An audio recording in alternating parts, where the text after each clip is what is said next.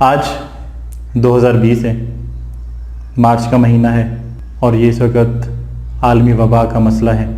کہ تمام دنیا پر ایک عالمی وبا مسلط ہے جس کو ہم کووڈ-19 کے نام سے جانتے ہیں، اور یہ بالکل اتنی ہی بڑی وبا ہے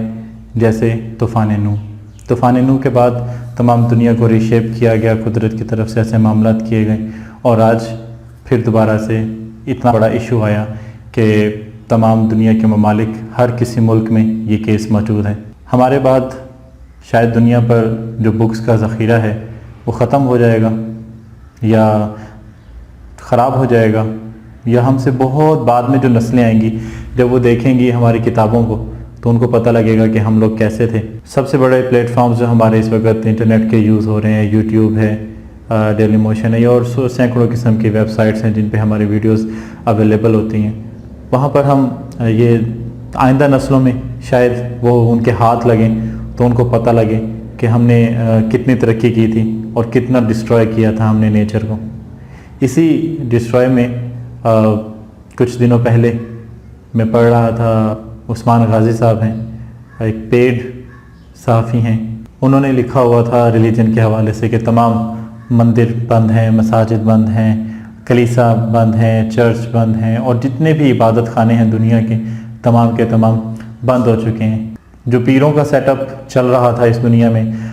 جو ریلیجیس اتھارٹیز کا سیٹ اپ اس دنیا میں چل رہا تھا، وہ اس وبا کے بعد بالکل ناپید ہو گیا۔ لوگ ایک دوسرے کو یہ کہا کرتے تھے کہ یہ آپ کے ریلیجیس اتھارٹی ہیں، یہ آپ کے شفاعت کروائیں گے آن دا ڈے آف محشر، لیکن اس دنیا میں جب اللہ تعالیٰ نے ایک وبا، ایک عذاب مسلط کیا تو اس پہ تمام انسان برابر ہو گئے، کوئی ریلیجیس اتھارٹی اپنا رہی، کوئی شخص جو ہے وہ عام نہیں رہا۔ اس وبا نے تقریباً تمام کے تمام انسانوں کو یکساں برابر اور ایک صف میں کھڑا کر دیا۔ باقی عثمان غازی صاحب کا آرٹیکل پڑھ کے، چھوٹا سا ایک پیرا تھا، وہ پڑھ کے بڑی خوشی ہوئی، کیونکہ ری شیپ ہونے کی ضرورت ہے، چاہے وہ ہمارے لوگ ہوں، چاہے ہمارے بیہیویئرز ہوں، چاہے ہمارے ایٹیٹیوڈز ہوں، اور اسپیشلی تھنکنگ ریگارڈنگ آور ریلیجنس۔ ہم نے اپنے تمام کے تمام ریلیجنس کو، جس میں ہمیں کانسیپٹ دیا گیا تھا نبیوں کی طرف سے، پروفٹس، انبیاء، رسول جتنے بھی آئے، کانسیپٹ ہمیں دیا گیا تھا ایک خدا کی وحدانیت کے حوالے سے، لیکن جیسے ہی وہ نبی جایا کرتے تھے اور اس نبی کے بعد ان کے قرابت دار، ان کے احباب اور ایسے لوگ جو ریلیجیس اتھارٹی تسلیم کیے جاتے تھے، وہ تمام کے تمام لوگ ایک ڈیزگنیٹڈ ہو گئے کہ یہ لوگ جو ہیں وہ کسی بھی مذہب کا کرتا دھرتا ہوں گے، اور کسی بھی مذہب میں اتنی پھر برائیاں پیدا ہوئیں کہ ہمیشہ اللہ تعالیٰ کو ایک سے ایک کے بعد دوسرا نبی زمین پر بھیجنا پڑا۔ اسی اسنا میں آج 1400 سال رسول اکرم صلی اللہ علیہ وسلم کو گئے ہوئے ہو گئے ہیں، لیکن ان کے بعد آج تمام مذاہب میں اگر پوچھ لیا جائے کہ قرب قیامت کب ہے تو وہ کہتے ہیں کہ آج قرب قیامت ہے۔ تمام فرقے آج قرب قیامت کی گواہی دیتے ہیں، لیکن کوئی یہ تسلیم کرنے کو تیار نہیں ہے کہ کیا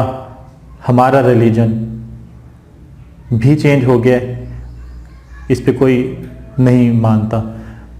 کچھ عرصہ پہلے میں ایک کتاب پڑھ رہا تھا، اس میں لکھا ہوا تھا کہ قرب قیامت میں سب سے بڑا مسئلہ جو ہوگا وہ وحدانیت کا ہوگا۔ تو ہم سوچا کرتے تھے کہ یار 2-2.5 ارب تو آبادی ہے اس دنیا میں مسلمز کی، اور وحدانیت کی بات کرتے ہیں، لیکن کیسے ہو سکتا ہے کہ حضرت مہدی، حضرت عیسیٰ کے آتے ہوئے جو ہے یہ سارے معاملات ختم ہو جائیں گے۔ اسی دورانیے میں یہ وبا پھوٹی جس نے اللہ کی طرف ہمیں واپس موڑا اور اللہ کی وحدانیت کی گواہی دینے کی توفیق عطا کی۔ لیکن اس میں سب سے بڑی بات یہ تھی کہ کیا ہمارا ریلیجن بھی سیف رہا ان حالات و واقعات سے؟ آپ کا میری رائے سے متفق ہونا ضروری نہیں ہے۔ اس میں ہمارے کتنے فرقے بن چکے ہیں، ہر فرقے کی تھنکنگ ایک دوسرے سے مختلف ہے، کسی کی تھنکنگ ایک دوسرے سے نہیں ملتی۔ شاید کہ نمازوں پہ 5 وقت کی نماز پہ ہم اکٹھے ہیں لیکن نماز کے طریقے مختلف ہیں، ہم حج کے تمام معاملات پر اکٹھے ہیں لیکن اس میں ہماری تھنکنگ بعض جگہوں پر جا کر تبدیل ہو جاتی ہے۔ اگر میرے خیال میں ہم متفقہ علیہ جس کو ہم کہتے ہیں، متفقہ علیہ ہوں گے کسی شے پہ، تو وہ ایک ہے کہ کفن اور دفن، اس پہ ہم متفقہ علیہ ہیں، باقی اس کے علاوہ کسی معاملے پر ہم متفق نہیں ہیں۔ تو اسی وجہ سے تو ہم پہ اب وقت ہوگا کہ وہ اللہ تعالیٰ جو اپنے آخری ایک برگزیدہ بندے حضرت امام مہدی اور حضرت عیسیٰ علیہ السلام کو ان کی مدد کے لیے بھیجیں گے، تو hopefully we are destroyed. اس کے علاوہ سمپل سی چیز ایک اور تھی کہ ہم نے ریلیجن کو ہمیشہ سے ایک معجزے میں دیکھا ہے، معجزاً، کہ کوئی بھی چیز ہوئی ہے تو اس کو ہم نے ایک ایسی تھیوری جو ہمارے گریک کی جو ہماری کہانی ہوا کرتی تھی، ہم اس کے ساتھ اس کو ملا دیتے ہیں. اس کے ساتھ ملانے کی وجہ سے بعض اوقات ایسا ہوتا ہے کہ ہم ہمیشہ سے ریلیجیس پرسنالٹیز کو سوچتے ہیں کہ یہ آؤٹ آف دا باکس جا کر کام کریں گے، آؤٹ آف دا باکس ہی چلتے ہیں یہ لوگ. لیکن آئی تھنک کہ میں نے جو رسول اللہ کی سیرت کے حوالے سے بکس پڑھی، حضرت علی کے واقعات پڑھے، حضرت ابو بکر، حضرت عمر، کیونکہ آفٹر دا پروفٹ یہ برگزیدہ شخصیات آج بھی تسلیم کی جاتی ہیں. لیکن آپ یقین مانیں کہ 3 سال شیب ابی طالب کی گھاٹی کے اندر رسول اللہ نے گزارے، اور ایک وقت تھا اس کو گزارنا تھا. لیکن اگر اس دور میں ہم آج کے مسلمان ہوتے جو معجزے کے منتظر ہوتے، جو سب چیزوں کے منتظر ہوتے، تو شاید کہ ہم لوگ کہتے کہ رسول اللہ یہ کیا ہوگا. لیکن یہ وقت ہوا کرتے ہیں جس کے اندر قدرت نے جو نظام اپنے بنائے ہوئے ہیں وہ کبھی بھی کسی بھی حوالے سے چینج نہیں کرتی. 2-3 معجزے ہوں گے جو ایسے آؤٹ آف دا باکس رہے ہیں، قرآن پاک میں بھی ان کا ذکر ہے، لیکن موسٹ آف دا ٹائم ہمیں ایسے واقعات دیکھنے ہیں جو ریشنلائزیشن کے اوپر عمل کرتے ہیں، ناٹ آن ایموشنل بیسس. مطلب کہ چلیں واقعات ہیں، لیکن یہ ہے کہ ان واقعات کو ہم نے عام لوگوں کے ساتھ اتنا ریلیٹ کیا کہ ہم آج کہتے ہیں کہ یہ پیر کیوں نہیں کام کرتے، یہ ریلیجیس اتھارٹی کیوں کام نہیں کرتی ہیں، کیونکہ وہ کر ہی نہیں سکتی تھیں. خدا تعالیٰ نے جو خدا تعالیٰ کو مانتے ہیں ان کو میں خدا تعالیٰ کا ذکر کروں گا، اور جو نیچر کے حوالے سے بات کرتے ہیں ان کو میں نیچر کا کہوں گا کہ نیچر یا خدا اپنے رول کبھی تبدیل نہیں کرتا. وہ کسی بھی دور میں ہو، کوئی بھی حصی اٹھا کے دیکھ لیں آپ، کسی کا بھی ذکر کر لیں آپ. تو اسی طریقے سے عثمان غازی صاحب نے کہا کہ مندر مسجد تمام کے تمام، اس میں کوئی بھی ایسی چیز اویلیبل ہی نہیں تھی. یہ سب کی سب ایک متھ بنی ہوئی تھی کہ یہ شخص ہمیں یہ دے سکتا ہے، یہ شخص ہمیں دے سکتا ہے، یا یہ فلاں بت ہمیں دے سکتا ہے، یا جیسس کرائسٹ کے حوالے سے حضرت عیسیٰ کی جو مورتیاں بنائی ہوئی ہیں وہ ہمیں دے سکتا ہے. ایسا کچھ نہیں ہے. اس کی سمپل سی ایگزامپل یہ ہے کہ اگر میں کسی جگہ پر موجود ہوں، میرے سامنے ایک دروازہ اس وقت موجود ہے، اور اگر میں کوئی دعا کرتا ہوں، دعا کرنے کے بعد کہتا ہوں کہ یار اے دروازے میرا یہ کام ہو جائے، اور وہ میرا کام اگر ہو جاتا ہے، تو کیا میں اس کو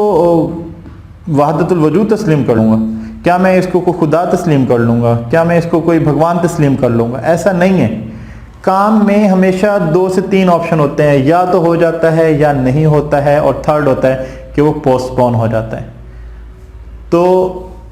اس میں جتنے بھی ہمارے ریلیجیس اتھارٹیز ہم نے ڈیولپ کی ہوئی تھیں،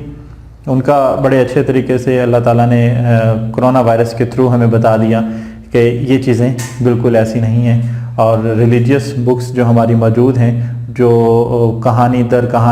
کہانی چلتی آئی ہیں، ان کو ہمیں دیکھنا پڑے گا، ان کو ہمیں دوبارہ سے